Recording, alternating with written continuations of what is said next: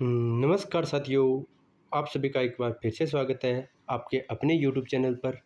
हमने जो हरियाणा जीके के लिए प्रीवियस ईयर क्वेश्चनों की सीरीज़ स्टार्ट की थी, यह इसकी क्लास नंबर 21 रहने वाली है। इससे पहले हमने 20 क्लासें अपलोड कर दी हैं। अगर आपने वो नहीं देखी है तो नीचे डिस्क्रिप्शन में लिंक दिया है, वहाँ पर जाकर देख सकते हैं।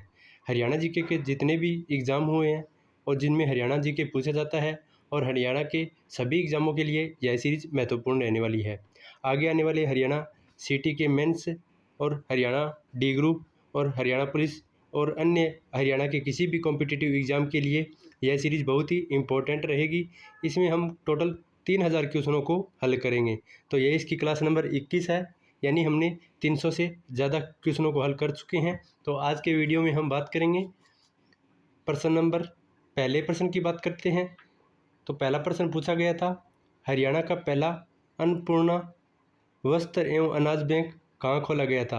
यानी हरियाणा का पहला अन्नपूर्ण और वस्त्र अनाज बैंक कहाँ पर खोला गया था।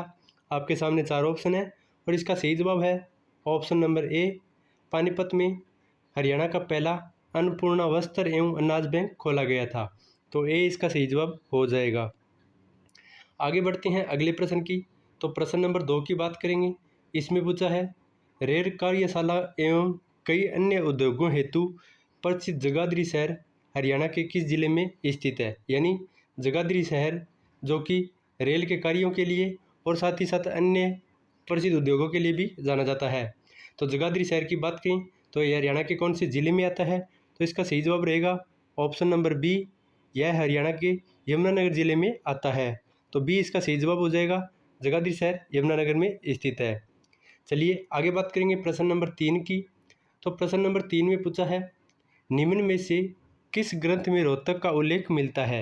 यानी वह कौन सा ग्रंथ है जिसमें रोहतक के बारे में जानकारी मिलती है।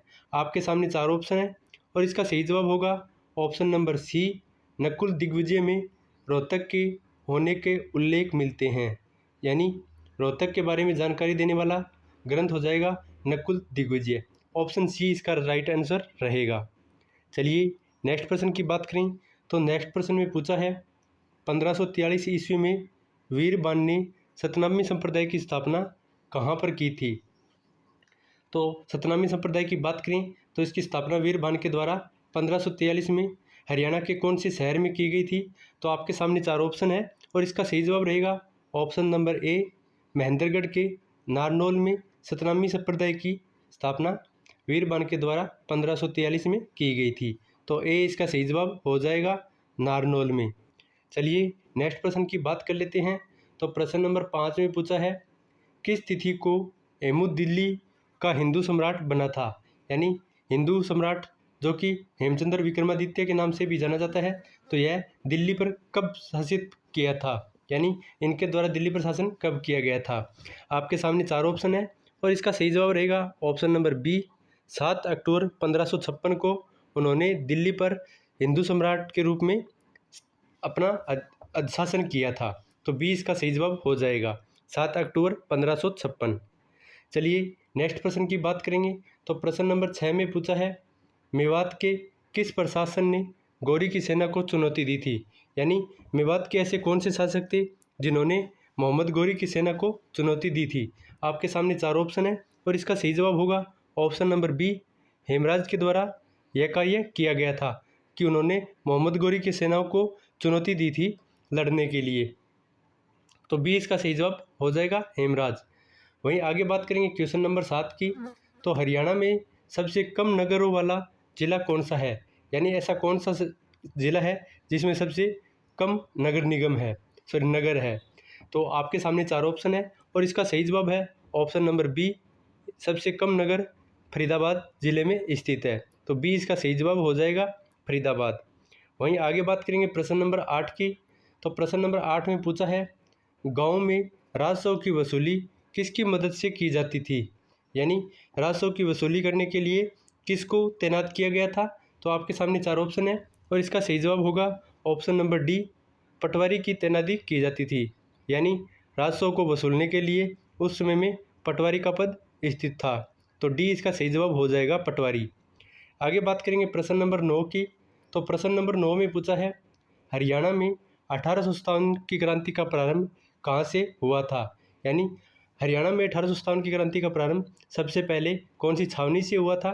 तो आपके सामने 4 ऑप्शन है और इसका सही जवाब होगा ऑप्शन नंबर ए, अम्बाड़ा छावनी से सबसे पहले 1857 की क्रांति का उदय हुआ था। तो ए इसका सही जवाब हो जाएगा, अम्बाड़ा छावनी।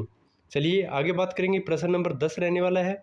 तो प्रश्न नंबर 10 की बात करेंगे तो इसमें पूछा है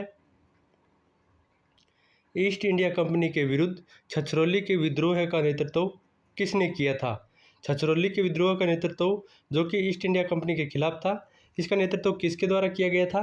तो आपके सामने 4 ऑप्शन है और इसका सही जवाब होगा ऑप्शन नंबर ए, जोध सिंह के द्वारा छछरौली के विद्रोह का नेतृत्व किया गया था। तो ए इसका सही जवाब हो जाएगा, जोध सिंह। चलिए नेक्स्ट प्रश्न पर चलते हैं। तो नेक्स्ट प्रश्न की बात करेंगे तो इसमें पूछा है श्री फैजल हुसैन के साथ मिलकर चौधरी छोटू राम ने पंजाब यूनिवर्सिटी पार्टी की स्थापना कब की थी? यानी पंजाब यूनिवर्सिटी की पार्टी की स्थापना जो कि चौधरी छोटू राम व फैजल हुसैन के साथ मिलकर की गई थी, तो यह कौन सी सन में की गई थी? तो आपके सामने 4 ऑप्शन है और इसका सही जवाब रहेगा ऑप्शन नंबर 4, यानी 1923 में यह स्थापना की गई थी। तो डी इसका सही जवाब हो जाएगा, 1923 में पंजाब यूनिवर्सिटी पार्टी की स्थापना हुई थी। आगे बात करेंगे अगले प्रश्न की। तो प्रश्न नंबर 12 रहने वाला है। तो प्रश्न नंबर 12 में पूछा है अम्बाड़ा मंडल की डिविजनल पॉलिटिकल कॉन्फ्रेंस जिसमें महात्मा गांधी अली भाइयों के साथ आए थे, यह भिवानी में हुई थी, यह कब हुई थी? तो डिविजनल पॉलिटिकल कॉन्फ्रेंस की बात करें तो यह भिवानी में हुई थी और यह कब की गई थी? तो आपके सामने 4 ऑप्शन है और इसका सही जवाब होगा ऑप्शन नंबर 4, यानी अक्टूबर 1920 को यह कॉन्फ्रेंस की गई थी जिसमें महात्मा गांधी और अली भाई शामिल थे। तो यह भिवानी में की गई थी। तो डी इसका सही जवाब रहेगा, अक्टूबर 1920 में। चलिए आगे बात करेंगे प्रश्न नंबर 13 की कि इजराइल के सहयोग से किस स्थान पर एकीकृत मधुमक्खी पालन केंद्र की स्थापना की गई है? यानी एकीकृत मधुमक्खी पालन केंद्र की स्थापना जो कि इजराइल के सहयोग से की गई थी, यह हरियाणा के कौन से शहर में की गई थी? तो आपके सामने 4 ऑप्शन है और इसका सही जवाब रहेगा ऑप्शन नंबर सी, शाहाबाद में यह स्थापना की गई थी, जहाँ पर मधुमक्खी पालन केंद्र की स्थापना इजराइल के सहयोग से हरियाणा ने की थी। तो सी इसका सही जवाब हो जाएगा, शाहाबाद। आगे बात करेंगे अगले प्रश्न की। तो प्रश्न नंबर 14 में पूछा है हरियाणा के चुनाव आयुक्त कौन है? यह क्वेश्चन 2016 में पूछा गया था कि हरियाणा के चुनाव आयुक्त कौन है? आपके सामने 4 ऑप्शन है और इसका सही जवाब रहेगा ऑप्शन नंबर ए, उस समय के चुनाव आयुक्त राजीव शर्मा थे। तो ए इसका सही जवाब रहेगा, राजीव शर्मा हरियाणा के चुनाव आयुक्त थे। तो ए इसका सही जवाब हो जाएगा। आगे बात करेंगे अगले प्रश्न की। तो अगला प्रश्न है प्रश्न नंबर 15 है, राज्य में रेड जंगल फाउल प्रजनन केंद्र स्थित है। यानी रेड जंगल फाउल प्रजनन केंद्र हरियाणा के कौन से ज़िले में स्थित है या शहर में स्थित है? तो आपके सामने 4 ऑप्शन है और इसका सही जवाब रहेगा ऑप्शन नंबर ए, यह हरियाणा के पिंजौर यानी पंचकुला में स्थित है। तो ए इसका सही जवाब हो जाएगा, पिंजौर जो कि पंचकुला में स्थित है, वहाँ पर रेड जंगल फाउल प्रजनन केंद्र स्थापित किया गया है। तो वीडियो पसंद आ रही है तो वीडियो को लाइक करें और साथ साथ चैनल को सब्सक्राइब करें ताकि हमें भी मोटिवेशन मिल सके और आपके लिए अच्छे अच्छे वीडियो को लेकर आ सके। तो चैनल को सब्सक्राइब जरूर कर लीजिए अगर आप चैनल पर नए हैं। तो अगर वीडियो पसंद आई है तो वीडियो को लाइक भी कर लीजिए। आगे बात कर लेते हैं अगले प्रश्न की। तो प्रश्न नंबर 16 में पूछा है सुल्तानपुर पक्षी विहार की स्थापना कब की गई थी? सुल्तानपुर पक्षी विहार की बात करें तो यह गुरुग्राम में स्थित है और इसकी स्थापना कब की गई थी? तो आपके सामने 4 ऑप्शन है और इसका सही जवाब रहेगा ऑप्शन नंबर सी, वर्ष 1972 में सुल्तानपुर पक्षी विहार की स्थापना गुरुग्राम में की गई थी। तो सी इसका सही जवाब हो जाएगा। वहीं आगे बात करेंगे क्वेश्चन नंबर 17 की। तो क्वेश्चन नंबर 17 में पूछा है हरियाणा लोक सेवा आयोग के चेयरमैन कौन है? तो लोक सेवा आयोग के चेयरमैन की बात करें तो वह कौन है? आपके सामने 4 ऑप्शन है और इसका सही जवाब रहेगा option number C, Bharat Bhushan Bharti, यह हरियाणा के लोक सेवा आयोग के चेयरमैन हो जाएंगे। तो सी इसका सही जवाब रहेगा, भारत भूषण भारती। तो यह क्वेश्चन प्रीवियस ईयर क्वेश्चन है तो यह क्वेश्चन 2016 में पूछा गया था। वर्तमान में आपको देखना पड़ेगा कि कौन सा है। आगे बात करेंगे अगले प्रश्न की। तो प्रश्न नंबर 18 की बात करें तो प्रश्न नंबर 18 में पूछा है, निम्न में से किसकी अध्यक्षता में गैर जरूरी कानूनों की समीक्षा के लिए एक संविद समीक्षा समिति का गठन किया था। तो किसकी समिति पर संविधि समीक्षा का गठन किया गया था, जिसमें कानून के बारे में बात की गई थी। आपके सामने 4 ऑप्शन है और इसका सही जवाब रहेगा option number A, justice Iqbal Singh की अध्यक्षता में एक संविधि समीक्षा समिति का गठन किया गया था, जो कि गैर जरूरी कानूनों की समीक्षा करता है। तो ए इसका सही जवाब रहेगा। आगे बात करेंगे प्रश्न नंबर 19 की। तो प्रश्न नंबर 19 की बात करें तो इसमें पूछा है, राज्य के वर्तमान महेंद्रगढ़ जिले में कौन सा गणराज्य विस्तृत था। यानी महेंद्रगढ़ जिले में कौन सा गणराज्य विस्तृत था। तो आपके सामने 4 ऑप्शन है और इसका सही जवाब रहेगा ऑप्शन नंबर ए, यानी अर्जुन नारायण गणराज्य, जो कि महेंद्रगढ़ में विस्तृत था। तो ए इसका सही जवाब रहेगा अर्जुन आयन गणराज्य। आगे बात करेंगे अगले प्रश्न की। तो अगला प्रश्न नंबर 20 है, मिहिर भोज के शासनकाल में कौन सा स्थान उत्तर भारत का व्यापारिक केंद्र था। यानी मिहिर भोज के समय में उत्तर भारत का व्यापारिक केंद्र किसे माना जाता है। तो आपके सामने 4 ऑप्शन है और इसका सही जवाब रहेगा ऑप्शन नंबर ए, पेवा, जो कि कुरुक्षेत्र में स्थित है और यह उत्तर भारत का व्यापारिक केंद्र माना जाता था। तो ए इसका सही जवाब रहेगा, मिहिर भोज के शासनकाल में पेवा एक व्यापारिक केंद्र था। आगे बात कर लेते हैं अगले क्वेश्चन की।